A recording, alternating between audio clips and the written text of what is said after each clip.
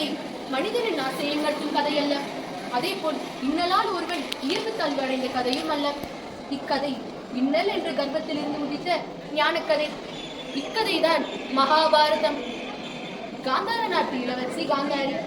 இவர் காந்தம் போன்ற கண்களையும் அழகும் இளமையையும் பந்துகள் மட்டுமல்லாமல் ஆயுதங்களையும் பெற்றிருந்தார். அனைத்து விதமான ஆயுதங்களையும் சுழற்றுவதில் திறன் படைத்திருந்தார் காந்தாரி. காந்தார மன்னர் சுபலனின் மகள் தான் காந்தாரி. காந்தார நாட்டு இளவரசன் சகுனி. இவர் தனது அக்கா காந்தாரி மீது அளவற்ற அன்பு வைத்திருந்தார். திருதராஷ்டிரர் ஹஸ்தினாபுர மன்னர் சித்திரவீரியனின் முதல் மனைவி அம்பாவின் மகன். இவர் ஒரு பிறவி குருடர். திருதராஷ்டிரர் பாண்டு மற்றும் விதுரனின் மூத்த சகோதரனும் ஆவார். மட்டுமில்லாமல் திருதராஷ்டிரர் பஞ்ச பாண்டவர்களின் பெரியப்பாவாகவும் விளங்கினார். கண்ணிலிருந்த திருதராஷ்டிரனுக்கு மனம் தேடி அறைந்தார் பிதாமகர் பீஷ்மர். இறுதியில் காந்தார நாட்டு இளவரசியான காந்தாரியை திருமணம் செய்த அவரின் அவைக்கு சென்றார். அந்நிலந்த ஒரு அரசனுக்கு தனது மகளை திருமணம் செய்ய விரும்பவில்லை சுபலன். ஆனாலும் பெண் தராவிட்டால் காந்தாரத்தையே அழித்து விடுவார் என்ற பயமும் இருந்தது. அதனால் ராஜரீதியாக நாட்டு நலனை நேசித்து காந்தாரியை திருமணம் செய்ய ஒப்புக்கொண்டார். திருதராஷ்டிரர் ஒரு பிறவி குருடன் என்பதால் காந்தாரியும் தனது கணவன் காண உலகை தானும் காண மாட்டேன் என்று தனது கண்களையும் கட்டிக்கொண்டார். இது சகுனிக்கு மிகவும் கோபத்தை ஏற்படுத்தியது.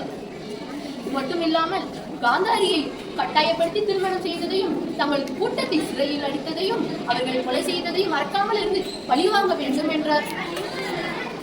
மனமெங்கும் கோபமும் பழிவாங்கும் உணர்வுமே மேலோங்கியது. குருவம்சத்தை அழித்தே தீர்வேன் என்று சபதம் ஏற்றார். இதுவே மகாபாரதம் உருவாக ஒரு முக்கிய நிகழ்வாக விளங்கியது.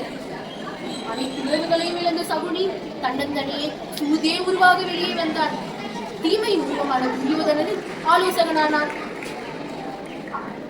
பதிபக்தியின் காரணமாக காந்தாரி பல சிறப்புகளை பெற்றிருந்தார். அதனால் இவரின் புதல்வர்களின் மரணத்திற்கு காரணமான என்னையும் எனது குலத்தையும் அழித்து சாபமிட்டார். இதுவே எனக்கு யாதவ குலத்தின் அழிவுக்கு காரணமானது. இதிலிருந்து நான் என்ன கூற விரும்புகிறேன் என்றால், மனிதனின் வாழ்வில் ஒவ்வொரு கட்டத்திலும் முடிவெடுக்கும் தருணம் உருவாகிறது. நிகழ வேண்டிய நிகழ்வுக்காக முடிவெடுப்பது அவசியம்.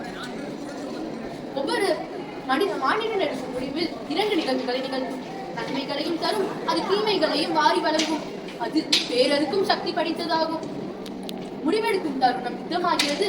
மனிதனின் மனமும் யுத்த களமாய் மாறுகிறது. இன்னல் ஏற்படும் சமயத்தில் மனிதனின் மனம் சஞ்சலம் அடைகிறது. இன்னல் நடக்கும் இன்னலை குறைக்கும் உபாயத்தை மானிடர்கள் அறிவதில்லை. மனதை சாந்தப்படுத்தவே அவர்கள் நினைக்கிறார்கள்.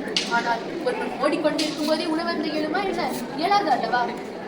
ஒருவன் தனது அமைதி மனதோடு எதிர்கால முடிவுகளை எடுத்தால் அவன் வாழ்க்கையோ மகிழ்ச்சியாகத்தான். ஆனால் அதே போல் அவன் தனது மனதை சாந்தப்படுத்துவதற்காக எதிர்கால நிகழ்வுகளை எடுத்தால் அவனது வாழ்க்கையோ முட்கள் நிறைந்த விருட்சமாய் மாறுகிறது. அதனால் அனைவரும் சிந்தித்து செயலாற்றவும். நன்றி.